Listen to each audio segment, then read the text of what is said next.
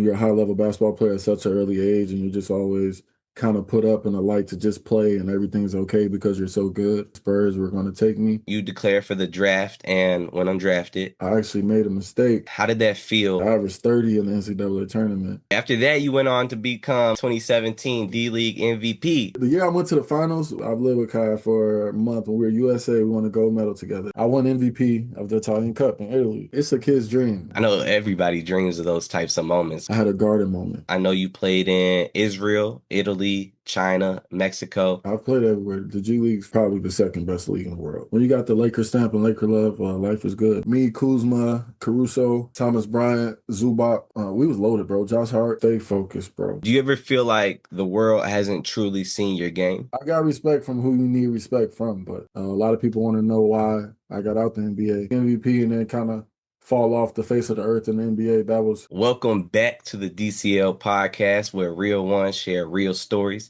Today's guest is the definition of grit, a Marquette legend known for his clutch NCAA moments. He went undrafted in 2013 but didn't fold. Instead, he dominated the G League, earning MVP honors while dropping 25 a night. He suited up for the LA Lakers, played 48 minutes in a game, and even made headlines with the last-minute jersey. From Italy to China to Russia, he's earned MVPs, scoring titles, and worldwide respect. A true hooper who can bet on himself and won. Please welcome Vander Blue. I appreciate you. That was dope, man. I appreciate you. That was a dope intro. My name is Vander Blue from Milwaukee, Wisconsin. Went to high school in Madison, Wisconsin. Played at Madison Memorial. Same high school as Wesley Matthews from the NBA. I'm pretty sure a lot of people are familiar with him. Played at Marquette from 2010 to 13. We had a nice run there. Got 2 Sweet 16s and made it to the Elite Eight my junior year. And like you said, unfortunately, went undrafted in the 2013 draft, but got picked up by the Sixers right away. Vander Blue had been signed to a one-year, partially guaranteed contract with the Philadelphia 76ers. Like you said, I've been grinding, bro. Went to the G League, and I had a pretty nice career in the G League, was scoring the ball and getting my name out there. I had the chance and ability to play overseas and the ability to travel, explore the world, and just do things that I would never have done if it wasn't for basketball. So I'm just an entrepreneur in a sense where I work for myself, but I'm just a grinder. I'm just a hustler like everybody else. And, God just gave me a talent and a gift to play basketball, but I'm just like everybody else. Do you remember the first time you picked up a basketball, or what got you into the game? I actually started playing basketball because of my sister. My sister Valerie in Milwaukee. We didn't have too much, so she was actually the hooper of the family, so she was really good. And I'm the baby of the family, so I was always with her. My older sister, she had me and my brother, so my mom was always working, so I was always with her, watching her play. And I would say around second and third grade, we started playing. I got really good, just dribbling the ball. She would have me in the basement doing a spider drill, dribbling. We would cut up, like the milk cartons. We would cut out the crates. Put the crate in the backyard, time on the back, and pretty soon, I got really good, and she just started betting me like against older guys around the neighborhood. So she would come up like, "Bet you can't beat my little brother. Like he young, but he can hoop. Like I bet you can't beat him." And I kind of got my name that way, starting like that, and basically it was to get money for us, basically. But then I developed a love because football was my first sport. You grew up in Milwaukee. How was the hoop scene out there for you? I grew up in Milwaukee. I was born and raised in Milwaukee, but I've always went back and forth from Madison and Milwaukee. So Madison is an hour and 15 minutes away from Milwaukee. So my brother didn't have the best experience going to high school in Milwaukee. So my mom wanted to make sure that, with the sports and everything I had going to be able to, go somewhere where I have a chance to play college ball and just be seen on a different level and not, as much as the violence and a lot of negativity that was coming from the area around the time in Milwaukee. The basketball scene was very competitive because nobody really knew. I started playing in third grade, but I played right away with fourth graders. My mentor at the time, Sheldon Kincaid, he found me in Madison, actually. I was at a park just playing. I had a park behind my house, and he actually came out of nowhere, just parked his car, came up to the park and just asked, have I played before? And I was like, yeah, like I play here every day. Like all my friends, there was a lot of us, a bunch of older guys. I always hung out with older guys. So came and got me like, have you ever played organized ball? I was in third grade. I was like, no, just here. But football is my thing. I'm like, I play football. Like I'm Randy Moss. At that time, Marshall Faulk was like my favorite player ever. So I'm like, yeah, no, I'm football. He like, no, you should try to play organized ball, because he would just watch me play against the older people, but he didn't know who I was. So I went and told my mom, like, Mom, this dude came up to me today. He was asked if I played organized ball. She was like, wait, what? Like, who came up to you? I'm like, nah, he was cool. Like, he's just wondering if he's a coach. He's about to start a team and he wants me to play. And then he said he wants me to play with older guys. I'm like, cool. So he met my mom, and basically I went to the first practice, jean shorts on. I didn't even have basketball shorts. I was not like a real basketball player. I go in there and then I had my first practice with all these new kids that I really didn't even know from my neighborhood. So it was actually crazy, because there was a bunch of kids that we all the same age, but I pretty much knew everybody, but I didn't know none of these kids because they was a little older. Mm-hmm. They ended up becoming my best friends, bro, and we ended up going to we won every state tournament, and from third grade till I had to tell everybody my age. Nobody knew my age until I got to high school and they left. So all my best friends, we played together my whole life. So I was playing with the Milwaukee Spartans and the Madison Spartans, and I played for Illinois Warriors.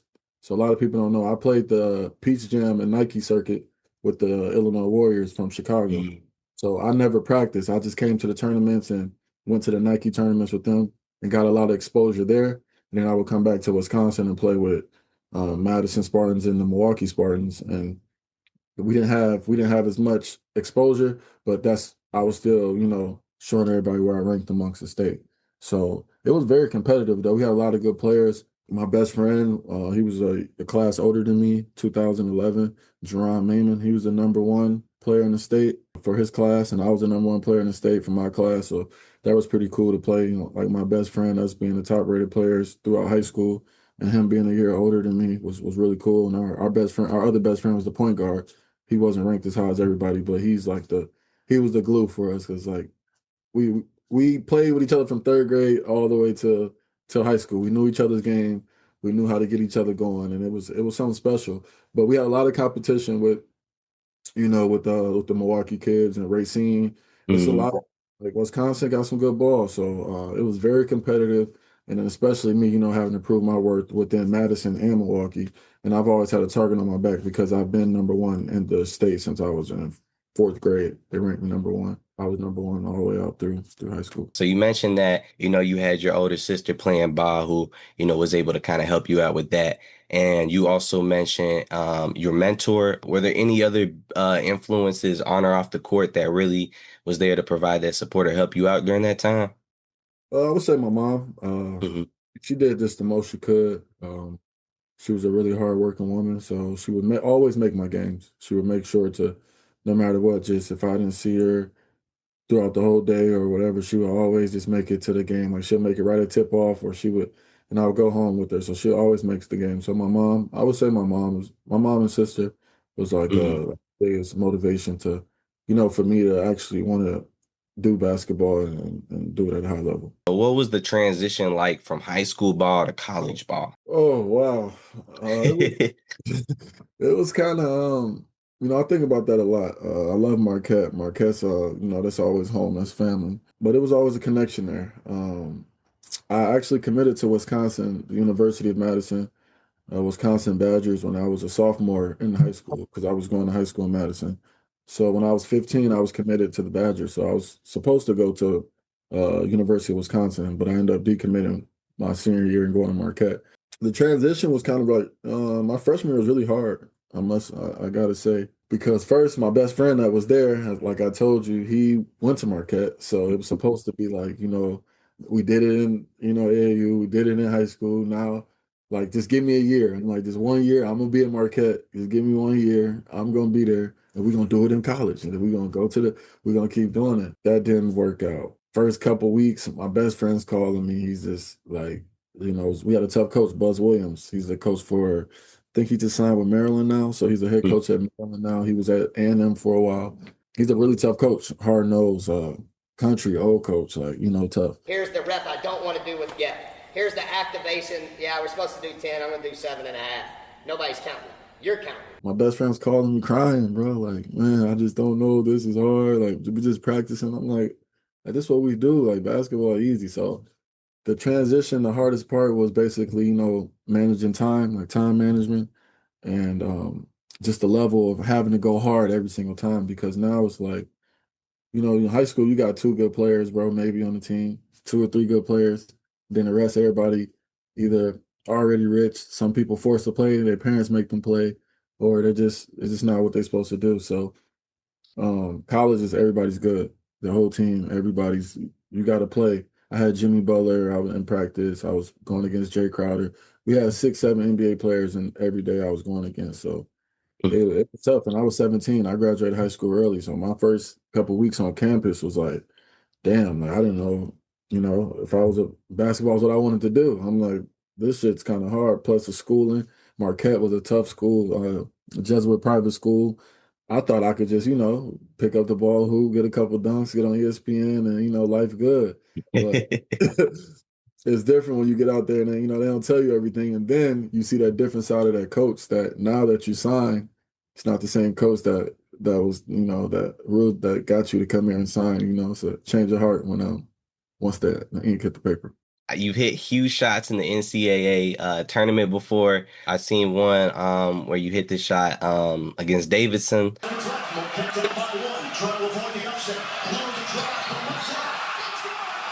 What were those moments like for you? Man, I still watch those shots every day. Like, I watch myself on YouTube every day because I'm still an active player. This is going into year 13 for me to see where I'm going to land. Looking at some places overseas, potentially maybe the G League again. I feel like I want to come back and try to see. I'm seeing how the league is going, but those shots in that situation is just like, it's a kid's dream. I can't say it no other way. Some people, this is just normal. No, man, that was a out of body experience. It was crazy because the week before that we played St. John's for the Big East Championship, and I made a game winner in the Garden. That before that Davidson shot, that shot in the Garden versus St. John's for the Big East Championship was the best shot in my life because I had a Garden moment. I'm like, high screen and you gotta go. Let's see. Vander Blue can't wait. They're on their feet at the Garden. Vander Blue. There you go.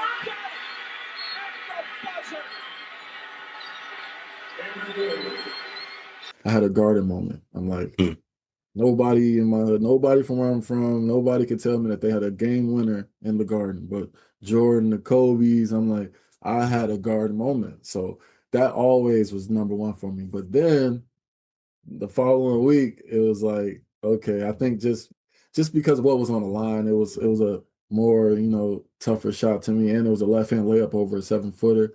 But we were a 3 seed, they were 14 seed. He wasn't supposed to be that close. So if I missed that shot, it probably it would have been bad. So I'm just glad I'm glad we made it. I'm glad I made it. And I just had my moment. And if you see me, I think I did a LeBron because I was a real Bron fan. Like I was heavy on Bron, but I just had my moment, bro. And I told myself anytime I get that moment, I know the camera's gonna be on me, I'm gonna do the Bron because that's when Bron was doing that.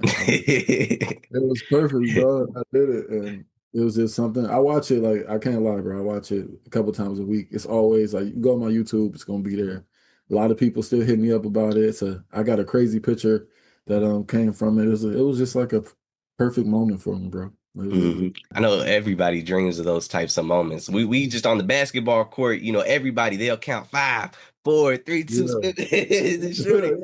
Everybody does, but to actually do it in a real game, it has to be a crazy moment. Like I know if I ever did something like that, not that I'm a hooper, but I would be watching that over and over again. That's a big moment for you. So I'm glad that you shared that with us too. Overall, what did college basketball teach you, not just as an athlete, but as a person? It taught me a lot. It actually, just to be honest, it still carries with me today on how I just move about life today. Taught me a lot of discipline because, obviously, if you're not disciplined with the coach that we had and just the environment and that type of level of basketball, you won't make it. So just it taught me how to, wake up early and get to it to this day. Like, I feel like I don't need an alarm clock. I can't sleep. No, I'm waking up at 8, before 8, 7 every day, no matter what time I go to sleep, because it's like installed in me. And college it just taught me how to be a man and, time management, like priorities. So, basketball is like, it's not just a game, but it's kind of the game of life.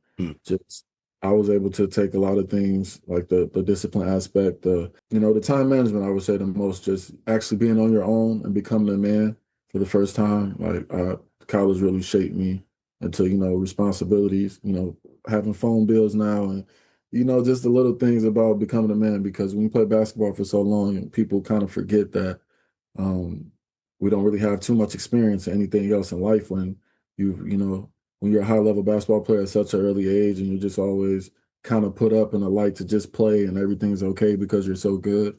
We don't really get that talk or conversation or that knowledge from the people that we need to what are we going to do? We have to detour, and basketball is not, basketball when the ball's not bouncing anymore. So I just tried to make sure that when I was in college to really learn and try to pick people's brain about, being an adult and, handling responsibilities. And I would have normal life conversations with my coach because Buzz was a general manager washing tights and socks for a junior college. And then to make yourself to a Division I head coach in Marquette, making millions of dollars, there's, I used to like to pick his brain and, see what he did to get to where he got. And he gave me some good stuff about persistence and, determination, and a lot of stuff that sticks with me to this day. That's big and shows your maturity, being able to go in and say that, you were developing who you was as a person, really going into a man in college and things like that. And then also kind of going back, you said you graduated high school in 3 years? 2010. No, I graduated at 17. I was 17. Oh, but you were 17. Okay. So you went to college at 17. Yeah, I was in college at 17. So I went into college at 17 too. I went into college a little bit early, and I know that's just a unique experience that not a lot of people get to face because you're not even 18 yet. And then, it's kind of weird, but it works, like after I know when I was like worried about the maturity or the social things like that, but it ended up working because it kind of forced me to, mature up. I'm not a high schooler. I'm a college student, things like that. So I like that you were able to share that. After your junior year, you declared for the draft and went undrafted. How did that feel, and what was your mindset like afterwards? I was sick. Worked out for about 15 teams, 20 teams. Got great feedback from everybody. I was with Wasserman Sports Agency, Aaron Tellum, a very big agent. So everything was, was pointing good in a great direction. Draft night, I don't know what happened. Anthony Bennett went number 1. Magic. LeBron. Bennett. How's that sound? Sounds pretty good. They was at the draft. They ain't no telling what's gonna happen now. I thought I had a pick that was sealed up, 16 or 17. I think it was Atlanta. They had 16 or 17, and I had a really good workout. It was me and Dennis Schroeder had a one-on-one workout. It was a really good workout. So felt good about everything. Kind of thought that it was a good chance that I would end there. I actually made a mistake and the combine, the Chicago combine, the top 60 players, I was there, and I had one team interview me, and that was the Spurs, and the Spurs were going to take me. They told me they were going to take me, but they ended up seeing me. I had one out at the combine in Chicago. The last day, all the workouts and stuff were over. I was working out in LA, so I had some family come up from Wisconsin, and everybody met me in Chicago. We had one out, just a regular night. It was nothing wrong. Went out, and when I'm coming in the door, the Spurs represent, like the Spurs GM and everybody, they coming out. So they must have had like a 6 o'clock flight leaving the next day from the combine. I don't know where they were going, but we just coming in from the club. So it looks as if like, oh, you don't know what. I give them the chance to think anything they want to think. And it is a combine, but at the time, I'm young and I'm thinking like, okay, I'm done with everything. I'm going back to LA tomorrow. It's no, like, now we're free. But no, people got their eyes on you the whole time that you're there. That's not a place. I should have, stayed far from that while I was there at that moment. Could have waited till I got back to LA to do what I want to do or anything. So I kind of had a feeling that, when I did not get drafted, it really hurt. I actually had like a draft party, little gathering at my house, because I was told I was going to be late first round, max, early second. If anything, definitely not drafted. Like that wasn't because I averaged 30 in the NCAA tournament, and we went to the Elite Eight. So I was like, okay, we good. Like I know I'm good, and just didn't happen. I cried. I cried that night out. Went back to work. Went to summer league with the Houston Rockets. The Rockets wanted to bring me for summer league. Had a decent summer league. I played there. I played with the Rockets in Orlando, and I played with Memphis Grizzlies in Vegas. So I just, took the summer league route, made my way there, went to Israel for a little bit, came back, got called up by the Celtics, and I got a couple call-ups, was in the D League, and I was just grinding, bro. I was just, no matter where I was at, who I was playing, I was like, y'all gonna hear me, y'all gonna feel me tonight. They gonna know Vander Blue is playing tonight. That's all I could do, and that's all was in my control. After that, you went on to become 2017 D-League MVP. Back then, it was known as the D League, not the G League, but you were the D-League MVP. What clicked for you that year? Man, honestly, I kind of feel like I didn't think I was going to get it that year. I thought I should have got it the year before, just in all honesty, because the year before, I think I averaged more points, bro. I averaged like 27 or something. It was my best year in the D League, but I didn't get it. I thought I should have got it the year before. The year I went to the finals, I didn't win MVP.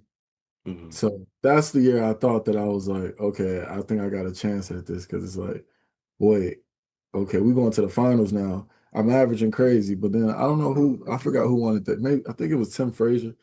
I don't know who they gave it to. But what was clicking for me that year was we were just winning. We were winning. It was fun. We got eliminated early, and I remember Kobe Carl calling me, and coach was like, "Oh yeah, man. But by the way, like, yeah, they're gonna give you MVP." I'm like, "What?" It was a good year for me, man. I was just in a good rhythm. Like every night, I would just a funny little joke between me and my guy Justin Harper. He's on my team. He would come every single day, like during this time or every game, during around the time I won MVP. He would come before the game starts, and he'll be like, "First 48." He was like, "What you got? You feeling like first 48 or ESPN 30 for 30?" And then like really, I'll just be like 30 for 30, or I'll be like first 48, and I go get 40, or I get 30. So I was just in a different mindset, bro. And I was just in one of those, like, I kind of look at it like how like Shea Gilchrist or like James Harden, you just you're in a zone where I'm at the free throw line or I'm scoring every time, and I was just full in attack, and I wanted that contract so bad, like. I was willing to, do whatever for it. And I was just get 30s and get 40s. And I thought the Lakers at the time would have, gave me a chance a little earlier, but they ended up making some moves, getting David Nwaba, a couple other guys that they felt that, they weren't as of offensive scorers. They wanted more of a defensive players that they were telling me. But that year, I just wanted to let everybody know that, there are some good wings out here that could dominate. And people get it twisted. The G League, I've played everywhere. The G League's probably the second best league in the world, because players are really good in the G League, and it's a lot on the line to play a game in the D League or the G League, because you got to literally think about it. It's like you're throwing one bone to 12 German Shepherds. It's like you don't know what you're going. The travel sucks. The food sucks. It's just tough. But the only thing about it is it's the light on the other side to have that chance to be in the NBA. But that year, it was clicking. I didn't think I was going to get it that year, but we lost the first round in the playoffs the year I did win the MVP. But the year before that, we went to the finals. I thought that was my year to win it, but I ended up getting it the next year. So it all worked out. But that was that's a major deal too. Things I think about every day. And I just, a lot of people actually, they more bring it up to me like, bro, you're a G League MVP, like right now still second all-time leading scorer. I don't remember the last time I played a G League game. So it's like, you did this, you did that, which is cool. It's stuff I think about, but I was like kind of a long time ago, but I still think about it, bro. Like It was clicking, bro. I still, I watch those highlights to try to, imitate that game now where I can get back to it. Doing what I do. When did you get passed up? Because, I know this was years ago when I looked up, but you were the all-time leading scorer at one point, right? I think so, but Ronaldo majored the number one. He played like 5-6 more seasons than me, so like nobody's catching him. I don't believe he played too many games. So I'll sit at number 2 for now. I'll try to see if somebody can catch that. I don't think nobody's gonna get it. What was your routine or mentality like during that G League stretch, where you were dropping 20 plus a night, the MVP season? Like, what did you do? Any specific routines to kind of get you in the zone? My routine is pretty much the same every game. I try to just come in and treat it like normal. I don't try to think too much. Before every game, I'll do my warm-up, and then after my warm-up, I watch like Kyrie. That's my brother. We played USA together when we were 18.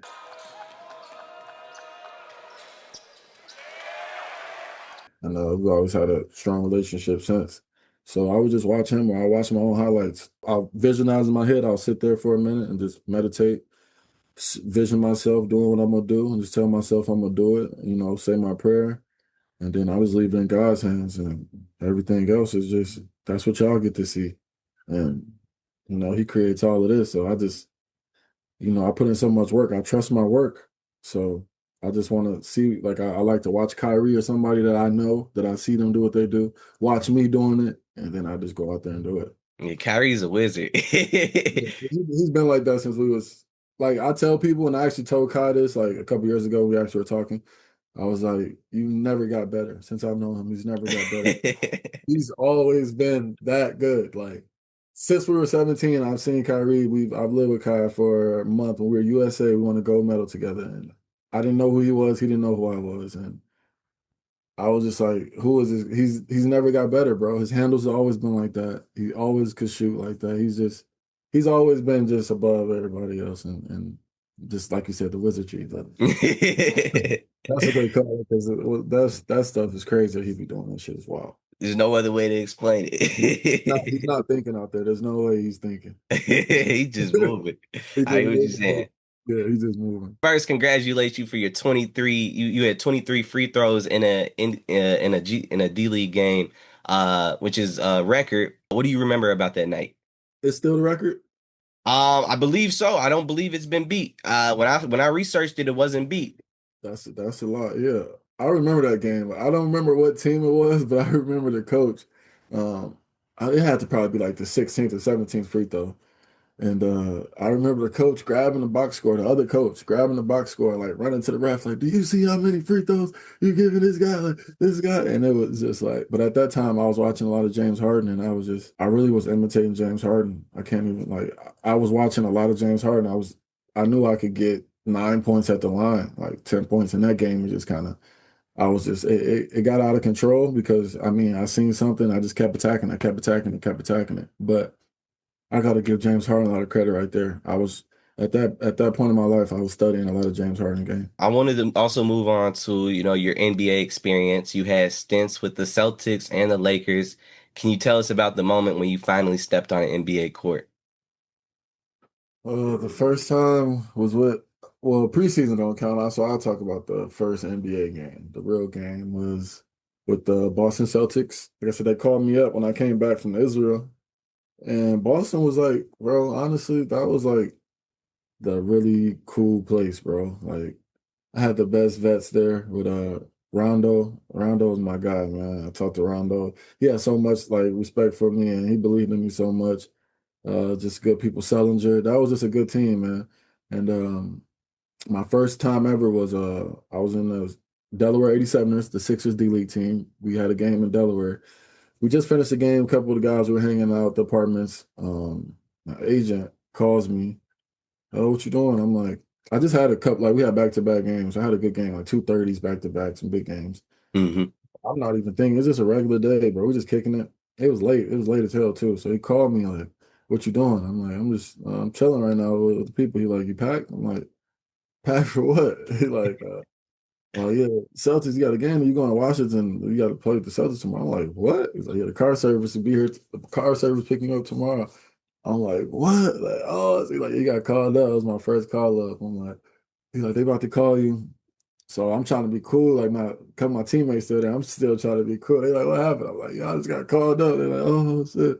It was a Tiny Gallon. I remember Tiny was in there. That was my guy. They called me. They're like, yeah, we got players down. I think Avery Bradley got hurt. Somebody else got hurt. It was like, so we're going to come in and play.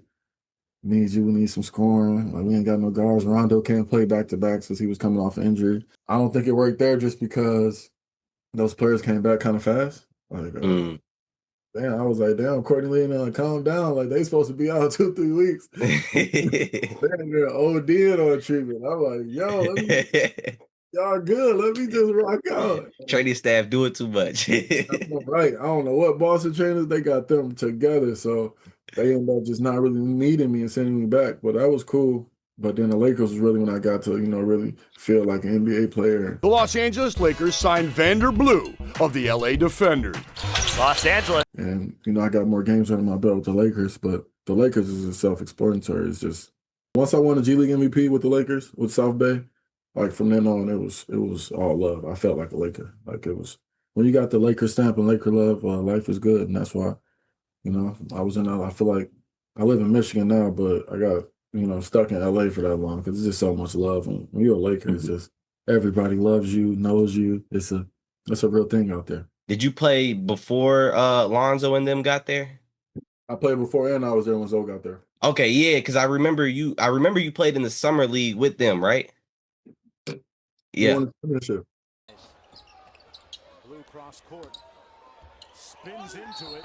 And one. Vander Blue took the bounce. Lonzo got hurt, B.I. got hurt. So it was really me, Kuzma, Caruso, Thomas Bryant, Zubac.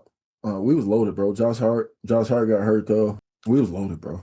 Nobody was beating. So it was too much. We were stacked, bro. We had, who else did we have? We had Travis Ware. We were just loaded, bro. We was just, it was too much. I actually watched the games. Like, we was good, bro. It was like the NBA. It was like the finals. Every game we played because Lonzo had so much hype, man. Yeah, and Kuzma and B.I. too, like all three of them. But yeah, Lonzo especially had the hype. I was there. It was Lonzo. Ain't nobody got no. I'd never seen no buzz like that. Like, people was crying. I was treating him like Michael Jackson when we were playing. I would always be by him, so I would see how people really were, and it was nuts, bro. He was a rock star. He's always been. Like, that's my little brother. I love him to death. Kuz, that's my guy. I ain't talked to Kuz in a while. Me and B.I. still super close. I talk to B.I. all the time. Love him. That's my little brother. One of my favorite players ever, B.I. But the Lakers is always love. Like, shout out Magic, Pelinka. They always believed in me. Luke Walton. Luke Walton, that's my guy, man. Luke Walton. He believes in me more than anybody. So I'm still hoping he get a job somewhere. Y'all might see me back. Luke, my guy, man. Luke got a lot of trust in me out there. You once played 48 minutes and one game for the Lakers. What was that night like for you physically and mentally? Bro, physically, it was nothing. It's like, I'm about to play. I knew. So Byron Scott, so this is what happened. Byron Scott comes to me. He told me in shooting around, like, you about to play the whole game. I'm like, everybody was hurt. Jalen was hurt. Nick Young was hurt. Clarkson was out. Cole was out. Bro, it was like we only had 6 players. So the starting lineup was me at the point, Jabari Brown, I don't know if you remember, Ryan Kelly, Robert Sacre, and Carlos Boozer. That was my team. So I had to play 48 minutes, but it was lit. Like, I'm not gonna lie. I feel like not a lot of players, like even superstars, can say that they played every second of an NBA game. I literally took every snap you can say, or every possession, man. I was tired. I wasn't tired, bro. I was in a moment. I'm like, I'm in Staples Center. I got to hear my name called. I was starting, got to really get the real effect. And I actually played good. I had 15, 8, and 8. I didn't shoot the ball that well, but I know I almost got that triple-double. So I was showing people, like, y'all put me at the point. That's what's going on. Like, a lot of people can't do that. And that was cool. My boy Jabari got off. He had 30. So it was good. We ended up losing, but like I said, I know a lot of players in the world anywhere can't say that they played 48 minutes in an NBA game. I don't know if some of the top dogs can say they played every second. No, not a 30-second timeout. Every second of the game, man. Byron Scott let me do it. Much respect to Byron Scott, and he believed in me too. Byron Scott's a big fan of me too. I'm a big fan of him as well. He told me, he's like, you're a real dog out there. Just be a dog, man. And do what you do. But I kind of think about things different if I would have, because before I signed a two-way with the Lakers, I had an option, a two-way with the Lakers or the Timberwolves. I kind of just sit back and think what life would have been like if I would have signed with the Timberwolves instead of the Lakers. At that time, Jimmy Butler was on the team. That's my college dog. But I was so tied into LA and just everything was so Laker, and I was just like, Lakers or the Timberwolves. I'm gonna jump Lakers. Kind of how it played out. I know you played in Israel, Italy, China, Mexico, and Uruguay. Did I say it right? Uruguay. what are some of the biggest differences in playing overseas? There are pros and cons, bro. So like I can say Israel was cool. It was like Israel was like kind of like Miami. It's always hot, but nice beach. Everybody speaks English. Very Americanized. They got all the Pizza Hut, anything that you want. They got American grocery stores. So it's not that bad. But like when you get into some of the places like, okay, when I play in Mexico or just some places or yeah, like Mexico or Uruguay where they don't really speak no English. Mm-hmm. So having to adapt to their culture, I think that's the hardest thing to do, going into another culture, having to embrace their food and just like the way that they live for that time being. Um, that's the hardest part, or just it's either that's the hard part or, like they're late with the money or something like your house is not how you want it to be. Something's up with that part. Or if that's good, if you got your money on time, your crib nice, everything's cool, the basketball, something wrong with the basketball. So like say for instance, I played in Qatar and there was 3 people at the game.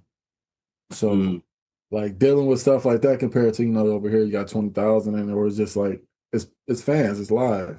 The Middle East is not basketball is not that big over there to them. It's more soccer and different type of sports.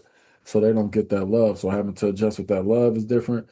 And then, just when you're overseas and you're imports, just the responsibility and the load that you have to manage because, once you lose or basically how everything goes is it's on you. So I've dealt with it all over there. Just all type of situations. But you have to just adjust and deal with what you got to deal with because that they still pay good, but it's just, it's a different culture, a different lifestyle. They don't live with the morals or the rules that, we're accustomed to in America. And, some people just look down on Americans and have some type of feelings or, way towards us because of where we're from. So it's a lot of stuff that's, that comes in play when you do play overseas and when you become an overseas player. So my hat goes off to everybody that played overseas and that's still playing because it's tough. Like I said, I'm going to year 13 now. This is my 6th year overseas.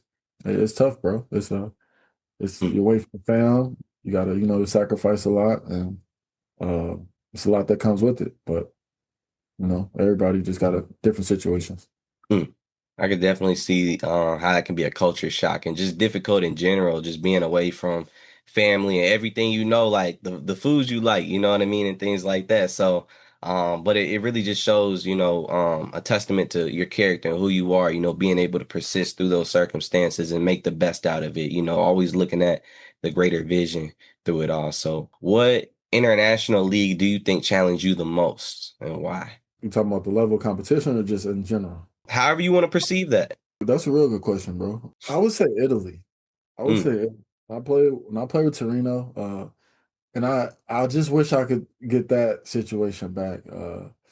I was young in Italy. Italy was one of the first places I went to in Europe by myself and not really knowing where I was going or like what really European and like the overseas basketball, what it really meant. I'm just thinking, I'm going to get money and play basketball, not knowing like, Europe is building blocks for, for forever, for life. It's a really good situation where I can be well prepared, set out for life and make a lot of money in Europe and still be playing basketball, doing what I love to do. But the thing is, I came to Italy, I came in for the Italian Cup, and the Italian Cup is basically the top 8 teams in the league. They play in a inside tournament, and basically just for bragging rights. Another tournament inside the league, basically. So I came during the tournament. So the team I came for, we were literally the 8th seed. So 8 play 1. So it's a tournament. 8 play the top. So my first game was versus the top seed. Was it Cremona? Maybe I don't know who was the top team in Italy at the time. But we ended up beating them, bro. We won the tournament from the 8th seed. My first 3 games were the biggest games of the season, and we won them. And I played extremely well in all 3 of them. I won MVP of the Italian Cup in Italy, so that's a huge deal. I'm not really taking it like that. Like I'm like, it's another MVP. Like I'm like, usually when I play, like I like to do everything to win, and usually the player that does a lot of things and wins becomes the MVP. So I didn't think nothing of it, but after that tournament, we went back into regular season. So now I got to adjust to just really being in Italy and the Italian lifestyle. And I started playing really bad, bro. I was going downhill. But at the time, I lived 30 minutes from Milan. So after every practice and every day, I was going to Milan. So most of my days was just chilling in Italy and Milan. Milan's the nicest city in the world to me. Mhm. It was Fashion Week, and I just kind of lost focus, bro. I was just too much in Milan, not really focusing on my team and just the opportunity and situation I had in front of me. And I didn't play well, didn't leave a good taste in everybody's mouth out there, and was never able to play in Italy again. And I just think about that, like, damn, like, and Italy's one of the top leagues still in the world. Just if I could, do that over and have that situation, I would say that's probably one of the toughest. And then Qatar, just based off of the amount of free time. We practice once a day, but during Ramadan, you can't practice till 9 p.m. Like the games are at 9 or 11 during Ramadan and in the Middle East. So just dealing with that was like really tough for me. So Mhm.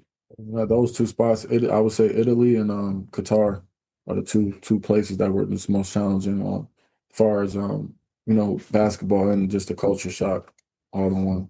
Do you ever feel like the world hasn't truly seen your game? I still feel like that now. Like today, as we speak. Like a lot of people know me. Like a lot of people know me, but a lot of people don't know that I can still get like 17 right now, I think, in the NBA off the bench for sure. Especially with the way the game is going and how my game is now. I'm more of I feel like I'm a really high, elite shooter at this moment, but I just feel like I got a little tease of the league. I still didn't get to like really make my mark in the league and like where the people really know like a season. I feel like I never got a season where I was a rotational player to really show people what I can do. It was always just like give them a little bit, give them a little bit, give them a little bit. Nobody really just like, okay, give them a 1 year guaranteed deal and see what's up. Mhm. So, I mean, but I'm still here now, and I don't feel like I said, I don't feel like it's over yet. I'm in the best shape of my life. About to be a father, a daughter due in October, my first child, so I'm excited about that. And Congrats. thanks, man. So I want to see this version of me now, like the father, the daddy version of me now, because I feel like she's gonna unlock some different version of me as well. People know, like I got respect. The real ones know. People say like the real ones know. I got respect from who you need respect from. But as far as worldwide, I don't think worldwide people know what I've done and still what I could do. And that's kind of like, how I really been feeling lately. So I'm just trying to find a way now to put myself in position to get back on that platform. How would you say your game has evolved from college Vander Blue to Vander Blue today? Just more calm, just more control. I can do everything now. In college, I feel like I was more of a driver, just really, explosive slasher, and the pass lanes defender. But now being a pro, 12 years, it's just the whole package. I can adjust to any type of game, slow, fast. Play the 1 through the 3, guard the 1 through the 3. So I'm just more overall, more polished, and just what comes with experience. Mhm. And, but definitely just becoming a way better shooter. I'm shooting the ball better than I've ever shot in my life for sure. Like today. What do you think young hoopers can learn from your journey? Honestly, I would tell young hoopers to stay focused, bro. Just stay focused. I wouldn't drink. I wouldn't smoke. I would get a girlfriend, bro. I would just be locked in. I wouldn't show them my life. I wouldn't want to hang out with people. I wouldn't be in the clubs.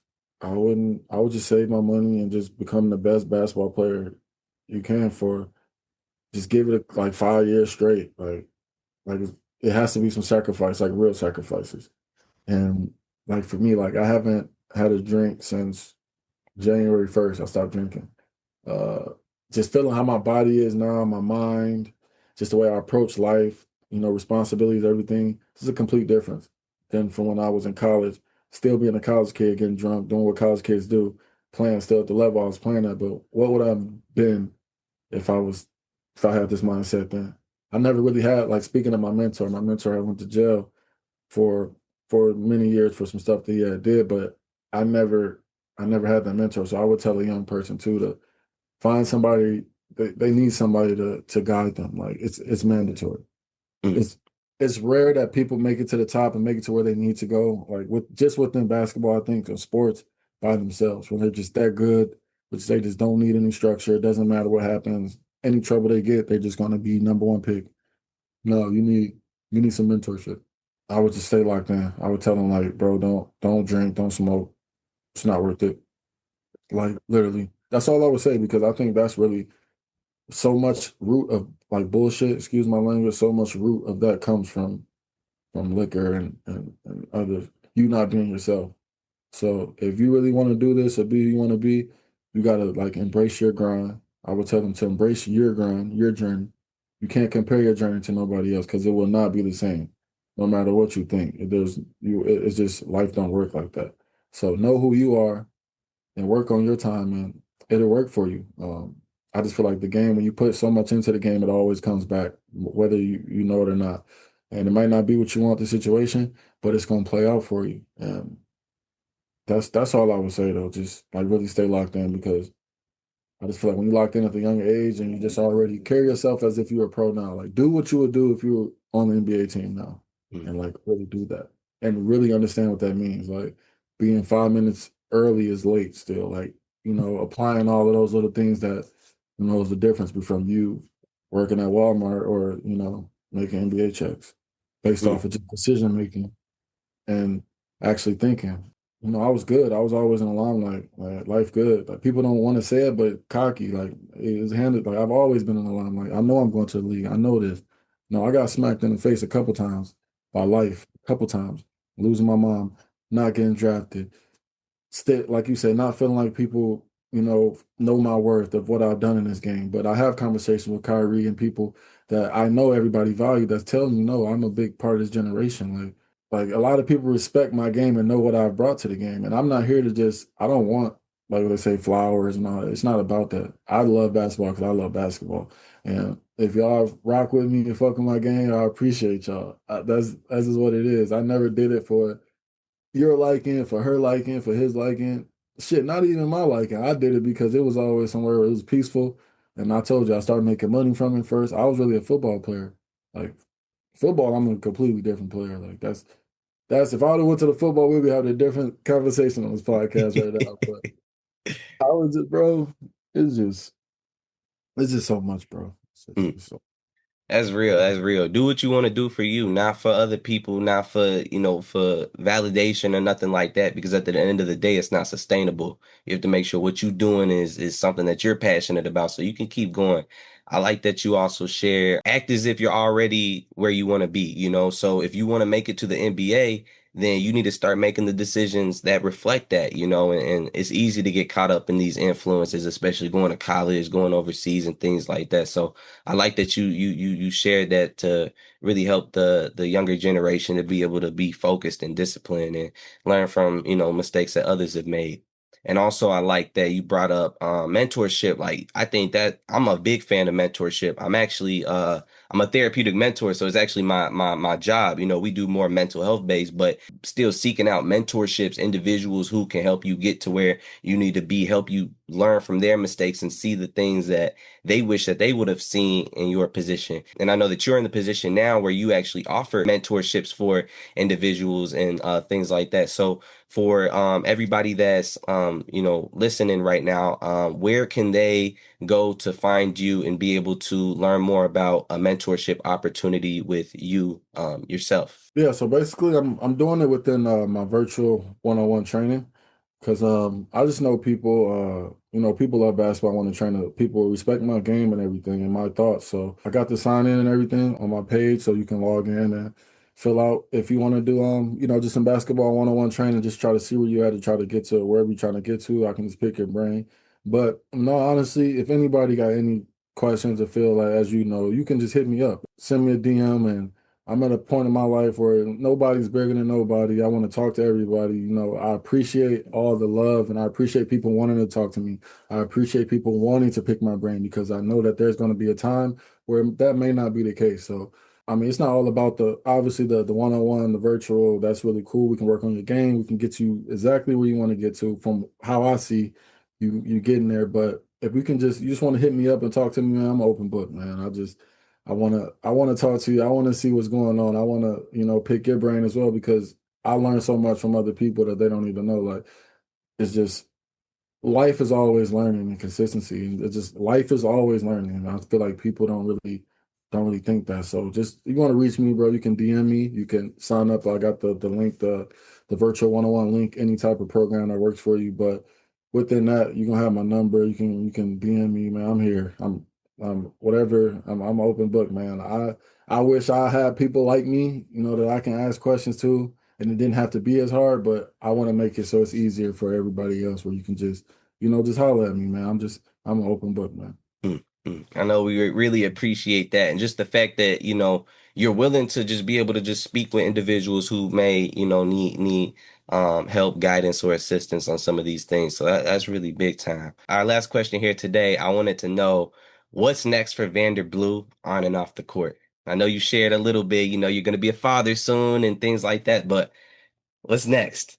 Right now, I'm a free agent still, and I'm in the gym every single day. Like you said, I'm preparing for, our beautiful angel that's about to be here in the next couple months. So I'm adjusting from life from LA to Michigan, moving to Michigan, and back to the Midwest where I'm from. I'm thinking about, where I'm going to land these last years. This is year 12 for me. I'm about to be 33 next month. So I don't know what people consider old is in basketball. So I feel like I got some time. But bro, I think I want to go back, try to go to the G League, bro, or somewhere high level, and in Europe next year. Then I'm gonna get away from South America. I'm either gonna go back to the G League, and because now I'm seeing what's going on with the college. Basically, they get paid now. where all this was at. So they getting paid now, so they're not going to come out. So now, if I'm just a basketball player, just picking Vander's brain about how to do this and what's next for me, I'm gonna try to figure out where certain teams or situation that can use some older veteran guys, vet minimum guys that they could possibly bring in and look at, because everybody's staying in school now. Why would you go to the NBA? You're going to make so much money. Everybody's going to be 4 or 5 years in school. And as you see now with the Pacers and you see OKC, 3 guys ain't going to do it no more. You got to have 9, at least 9 that can play, shoot, pass, and dribble. So it's getting away from the younger guys winning the NBA, and it's getting back to the older guys going to have those couple last roster spots. So I can see myself, trying to talk around and see any G League team that might have any interest, or, high level Europe, getting somewhere where I can just be on a high platform. But these next couple of years are really important for me, and I'm excited. I'm just ready to get back out there and have another opportunity.